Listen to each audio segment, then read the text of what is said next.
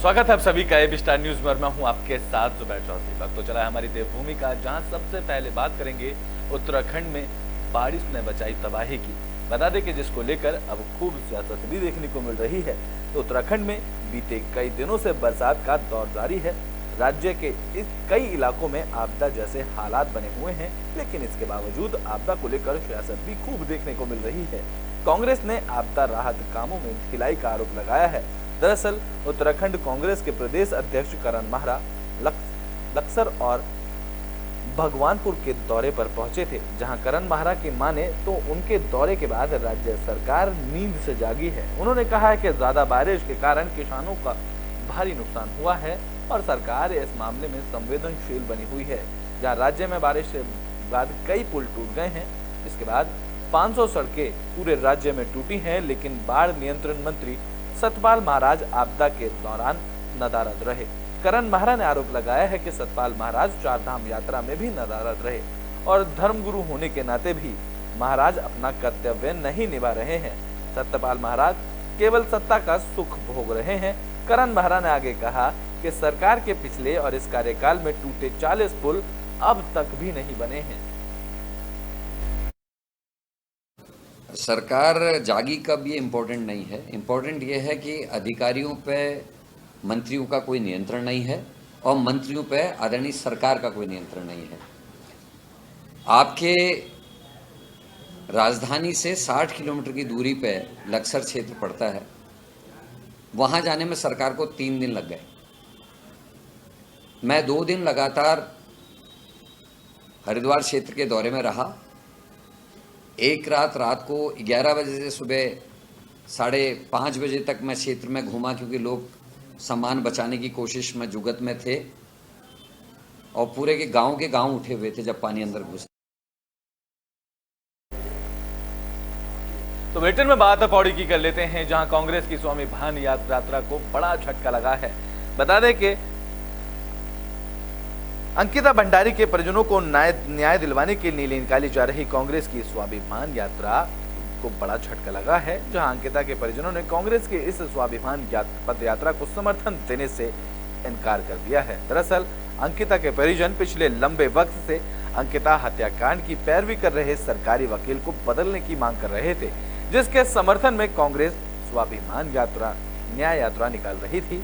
लेकिन अब सरकारी वकील ने खुद को अंकिता हत्याकांड केस से अलग कर दिया है। लिहाजा अंकिता के परिजनों ने सरकार का आभार जताते हुए स्वाभिमान न्याय यात्रा में शामिल न होने का फैसला किया है। जहां पौड़ी के डीएम डॉक्टर आशीष चौहान ने बताया है कि सरकार जिस वकील को अब अंकिता हत्याकांड की पैरवी के लिए नियुक्त करेगी, वो वकील अंकिता के परिजनों की सलाह के बाद ही इस हत्याकांड की पैरवी करेगा। वहीं इस पूरे मामले पर कांग्रेस नेता अनीता रावत का बयान भी सामने आया है। उन्होंने कहा है कि ना जाने क्यों अंकिता के परिजन किस दबाव में आकर इस तरह का फैसला ले रहे हैं, मगर इसके बावजूद उनकी स्वाभिमान पद यात्रा अंकिता को न्याय दिलवाने के लिए लगातार जारी रहेगी। 1 जून 2023 को हमने एक जो सरकारी वकील जो जितेंद्र राव जी थे अंकिता भंडारी के केस में, वो हमने हटाने की मांग की थी और सरकार द्वारा आज मुझे यहाँ पे आश्वासन डीएम कार्यालय से अवगत हुआ कि सरकार ने जो है जितेंद्र राव जी को हटा दिया है और जो हमारे गवाह के जो 17 जुलाई को जो बयान होने थे। मैं सबसे पहले तो डीएम सर का भी धन्यवाद दूंगी कि मतलब इसमें मतलब हमें मतलब सफलता मिले कि हमने जो कहा था कि जितेंद्र रावत को हटाएंगे, और धामी सर को भी मतलब धन्यवाद देते कि उन्होंने हमारी इसमें मदद की है कि जितेंद्र रावत को हमारे केस से हटा दिया है। और चल रहे हैं। तो रही बात यहाँ पर कि अगर अंकिता भंडारी के माता पिता आज खुश हैं कि जो उनका वकील था उसको बदल दिया गया है, तो हम पहले भी अंकिता भंडारी के माता पिता के साथ थे और आज भी हम उनके साथ हैं। लेकिन उनका इस तरह से ये अपना विचार बदलना क्या कारण है, इसका हमें भी इतना वो नहीं जानते हैं कि क्या कारण है। लेकिन हम पहले भी उनके साथ थे और आगे भी उनके साथ रहेंगे। ये एक अंकिता भंडारी का ही 1 जून 2023। तो तो उत्तराखंड में हरेला पर्व की धूम देखने को मिली है, जहां सीएम पुष्कर सिंह धामी ने वृक्षारोपण किया है। उत्तराखंड में हरेला पर्व की धूम देखने को मिल रही है। इस मौके पर 15 अगस्त तक वृक्षारोपण अभियान चलाया जा रहा है। इस कड़ी में मुख्यमंत्री पुष्कर सिंह धामी ने मुख्यमंत्री आवास परिसर में वृक्षारोपण किया। उन्होंने आम का पुष्प श्रेष्ठ प्रजाति का पौधा लगाया, जहां मुख्यमंत्री ने कहा है कि हरेला प्रकृति के संरक्षण और सर्वधन का पर्व है। जहां हरेला पर्व के मौके पर राज्य में सामाजिक संगठनों, संस्थान और विभागों के जरिए व्यापक स्तर पर वृक्षारोपण किया जाएगा। सीएम धामी ने कहा है कि जल संरक्षण और जल धाराओं के पुनर्जीवन की दिशा में सरकार अनेक प्रयास कर रही है और राज्य में 1200 से ज्यादा अमृत सरोवर बनाए गए हैं। बता दें कि मुख्यमंत्री आवास में विभिन्न प्रजातियों के 51 पौधे भी लगाए गए हैं। देखिए, हरेला पर्व हमारे यहाँ पर प्रकृति के संवर्धन का, प्रकृति के संरक्षण का, ऋतु परिवर्तन का एक त्यौहार है और इसमें हम लोग प्रकृति के संरक्षण के लिए, संवर्धन के लिए जहाँ पौधे रोपित करते हैं, बड़ी मात्रा में हम पर्यावरण का ये दिवस मनाते हैं। और इस बार हमने पूरे प्रदेश के अंदर लक्ष्य लिया है कि सभी संस्थाएं, सभी स्कूल, सभी हमारे संगठन सब मिलकर, सरकारी गैर सरकारी। देखिए, सबसे पहले तो मैं देशवासियों को हरेला पर्व की शुभकामनाएं देता हूँ। हरेला एक पर्यावरण को बचाने वाला त्यौहार है। इसके माध्यम से हम और हमारी संस्कृति को बचाने वाला त्यौहार है। आज सुबह से हम वृक्षारोपण कर रहे हैं। पहले मैंने अपनी विधानसभा क्षेत्र में वृक्षारोपण किया था और अभी माननीय मुख्यमंत्री जी के आवास पर माननीय मुख्यमंत्री जी ने, उनकी धर्मपत्नी ने, हमने वृक्षारोपण किया है।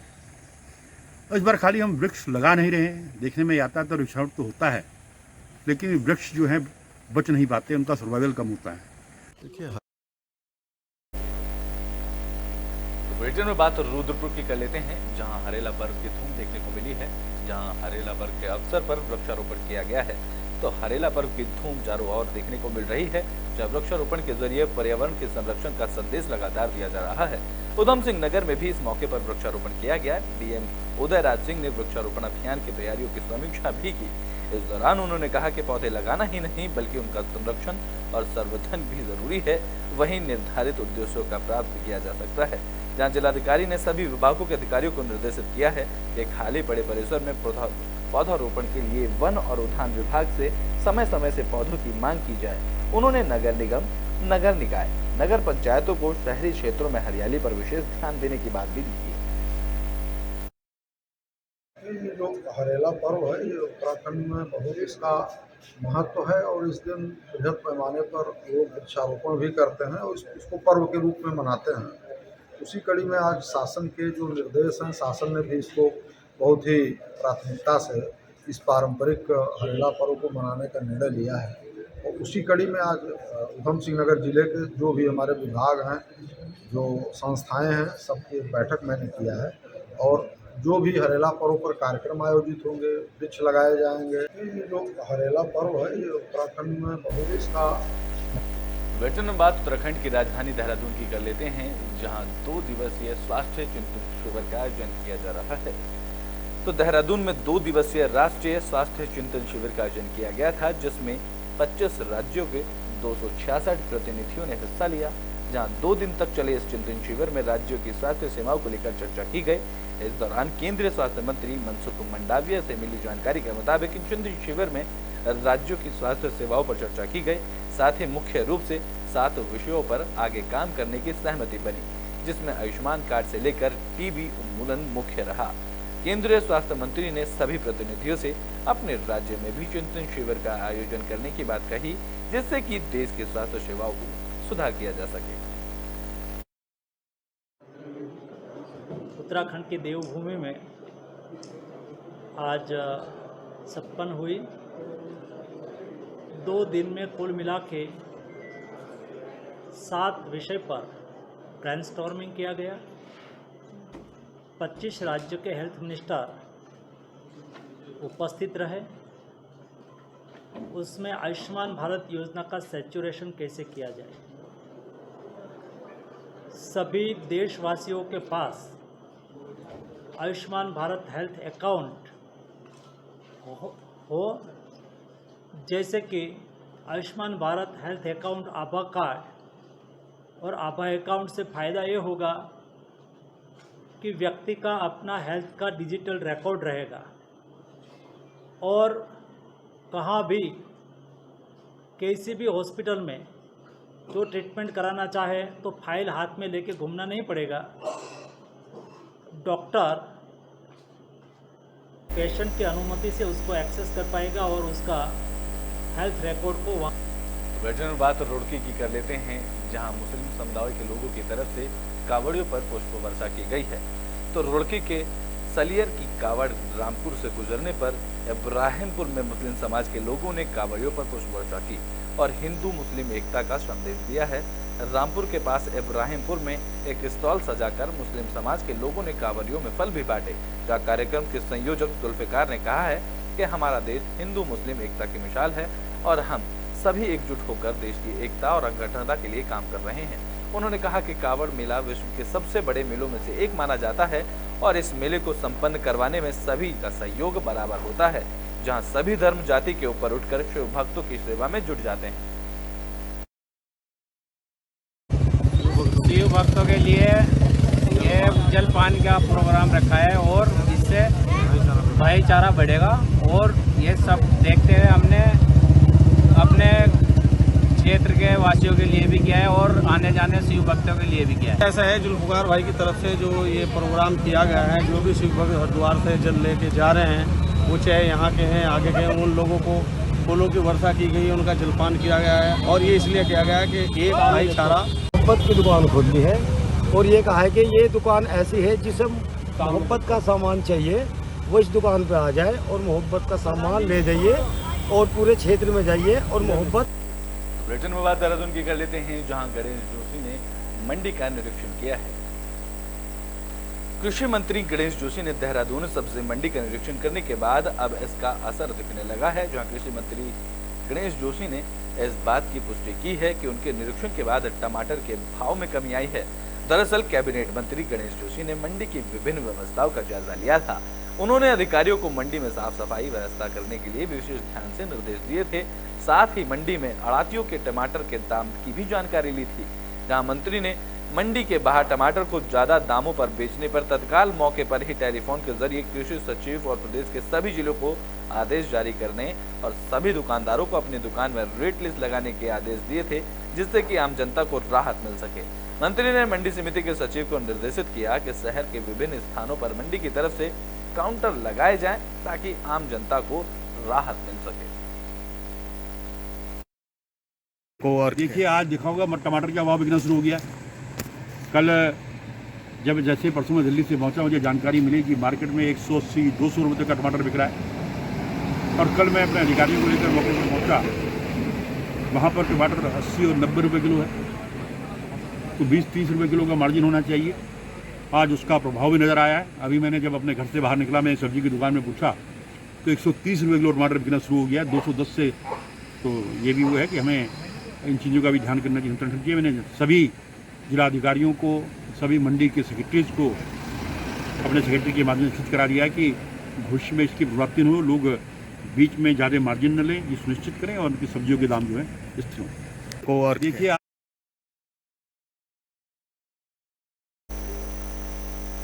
तो बुलेटिन में बात कर लेते हैं अल्मोड़ा की, जहां अल्मोड़ा जेल को सुरक्षा को लेकर कई इंतजाम किए जा रहे हैं।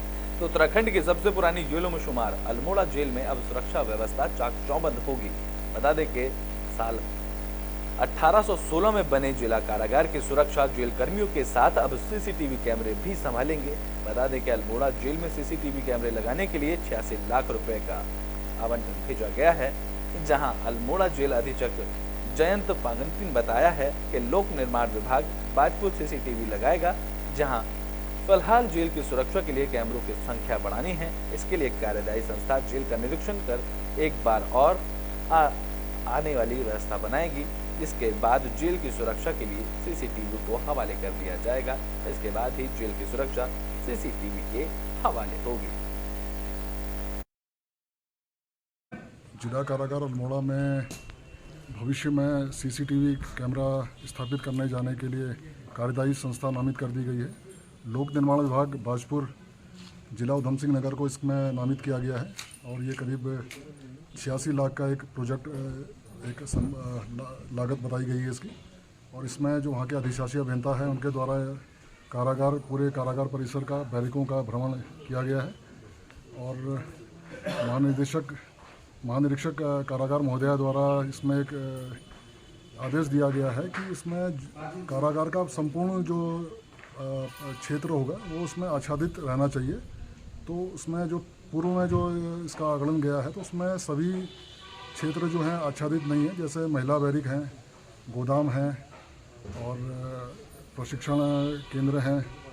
तो उसमें कई जगह हैं जहाँ पर कैमरे का प्रावधान उसमें जो पूर्व का आकलन में नहीं किया गया है। तो उसके लिए हमने मुख्यालय से दिशा निर्देश मांगे हैं और जो अधिशासी अभियंता लोक निर्माण विभाग के हैं वो शीघ्र ही यहाँ पर अपने उपकरणों के साथ एक बार पुनः यहाँ पर कारागार का भ्रमण करके फिर एक जिला कारागार अल्मोड़ा में। तो बुलेटिन के आखिरी में बात जसपुर की कर लेते हैं, जहां होटलों पर छापेमारी की गई है। तो उधम सिंह नगर के जसपुर में तहसील प्रशासन और आबकारी विभाग के साथ फूड विभाग की संयुक्त टीम ने होटल वेस्ट में छापा मारा, जहां अनियमितता मिलने पर होटल को सील कर दिया गया है।